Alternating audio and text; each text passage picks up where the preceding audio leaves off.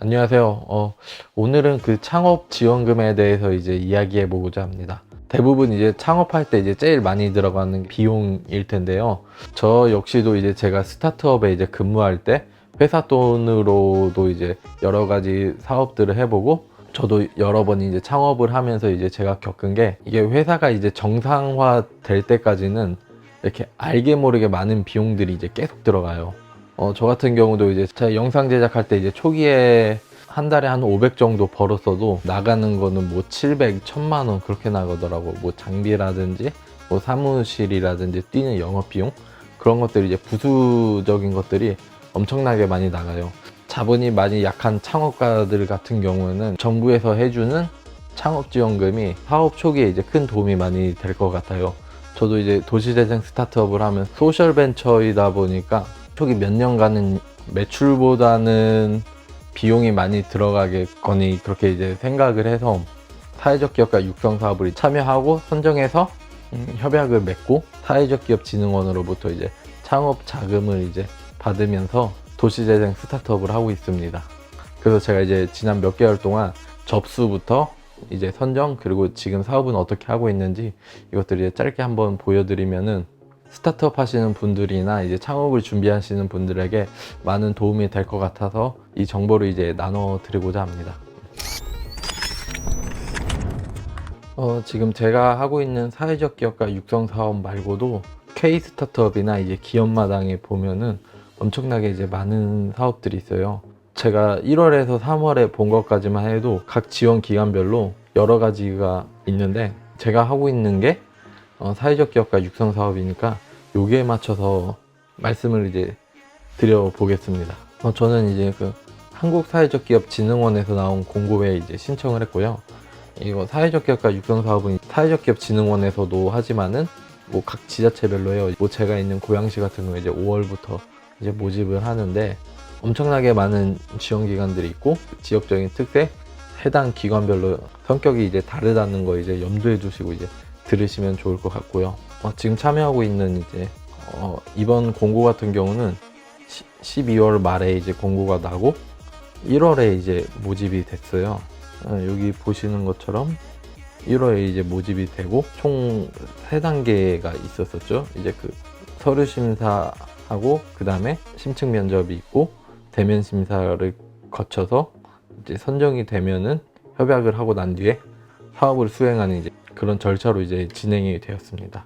전국적으로 이제 총 830팀을 이제 모으기 때문에 경쟁률이 그나마 이제 좀 덜한 편이었었고, 이 사회적 기업가 육성 사업 같은 경우는 진흥원에서 이제 운영 기관들을 뽑고 저희들이 운영 기관에 이제 신청을 하는 식이에요.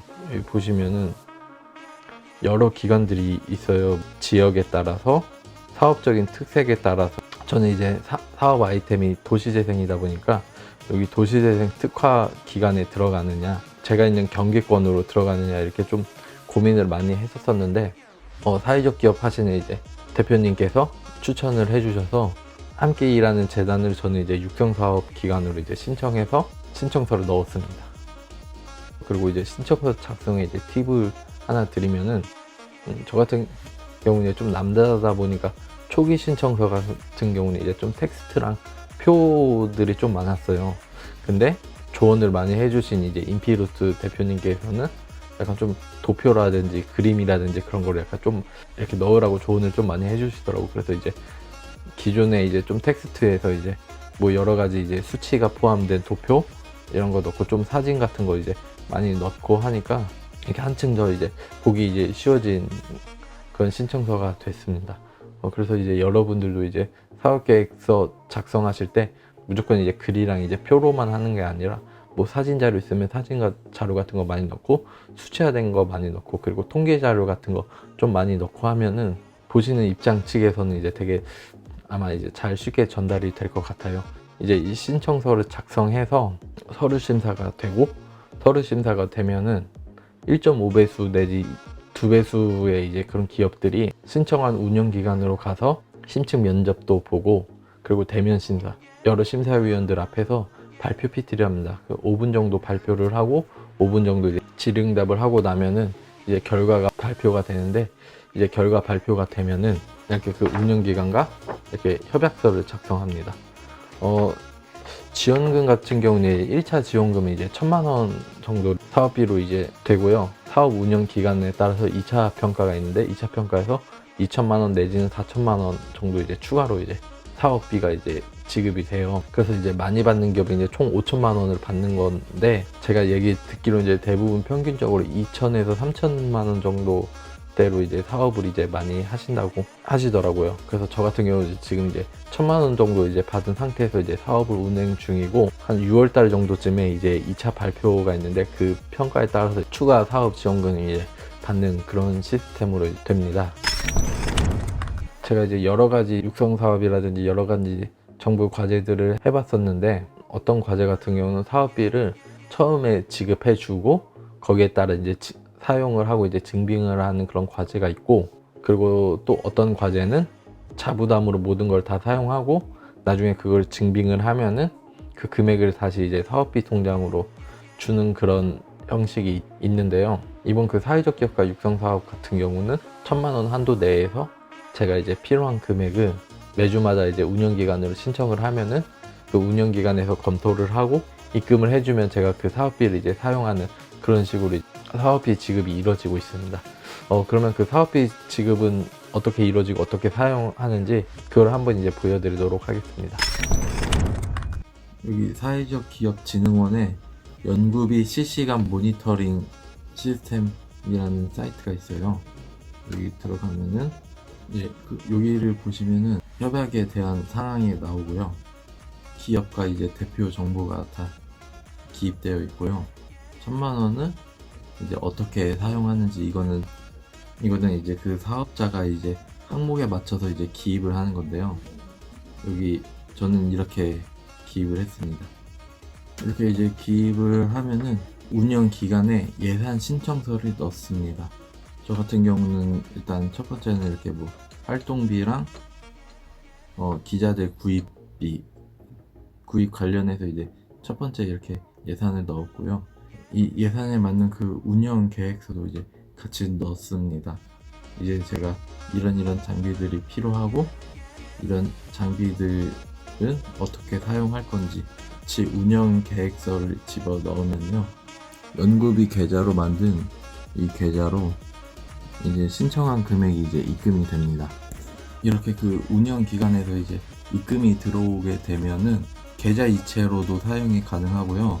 사회적 기업 그 사업비 카드, 이 전용 체크 카드 온라인이라든지 이제 현장에서도 사용이 가능합니다. 네, 그 사업비는 이렇게 사용을 하고요. 사업을 이제 운영하다 보면은 정부에서 주는 몇 천만 원 내지는 1억 원 같은 경우가 되게 이제 작은 금액일 수 있어요. 근데 이게 그 마중물이 되어가지고 이 금액을 토대로 비즈니스 모델을 만든다든지 프로토타입을 만든다든지 해서 그 다음 단계로 이제 사업을 이제 진행을 시켜야 돼요. 정부 지원 과제가 이제 장점도 있지만 단점도 있어요. 이거 참여 안 하시는 대표님들이 이제 얘기 들어보면은 서류 작성이라든지 증빙이라든지 좀 보강이라든지 또 이제 결과 발표라든지 이제 그런 것들에 되게 어려움을 느끼시는 대표님들 같은 경우는 정부 과제에 참여를 안 하고 자기 금액으로 한다든지 아니면 자기가 고객을 갖고 있다든지 자기가 판로를 갖고 있으신 분들은 굳이 이렇게 정부 과제를 이제 참여 안 하시는 분들도 있어요.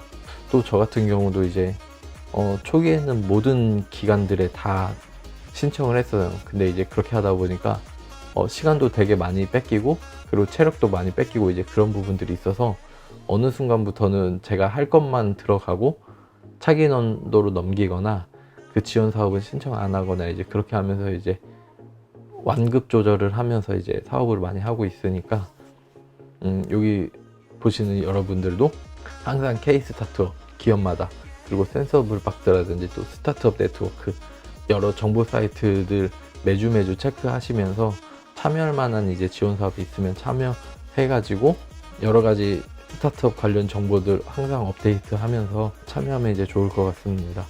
이런 것들이 이제 하나의 이제 스펙이 되어서 이제 투자를 받을 때 이제 되게 장점으로 작용하는 그런 부분들도 많고 또 네트워크를 통해서 이제 얻어지는 이제 시너지들도 되게 많으니까 그러면은 창업지원금 과제에 대한 설명은 이제 여기까지 말씀드리고 좋은 컨텐츠와 좋은 정보들 많이 올려드리도록 하겠습니다.